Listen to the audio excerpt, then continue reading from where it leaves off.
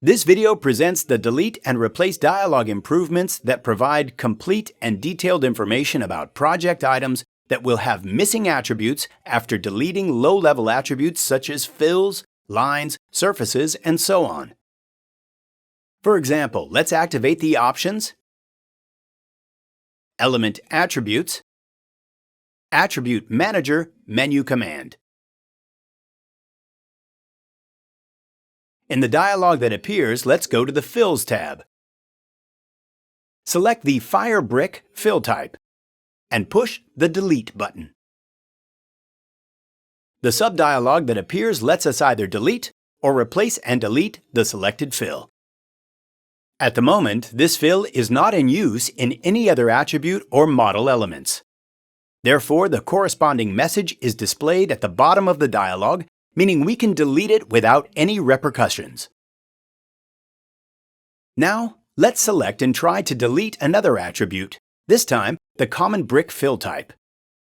This attribute is already being used in the model, so at the bottom of the dialog, we can see the message about some attributes that will be missing for model elements and/or high-level attributes.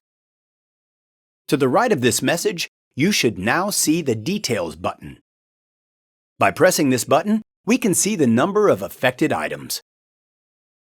But what exactly are these elements? Now, using the Show Details in Browser button, we can get this information as well.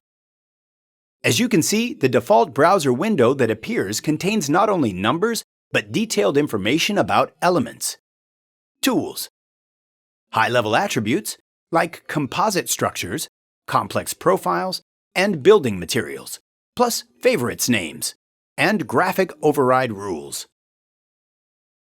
Please note that the updated functionality of the Delete and Replace dialog is not available in the Attribute Manager dialog only, but in all attribute item dialogs as well. This way, you can very easily manage your attributes without any unexpected missing attributes in project items.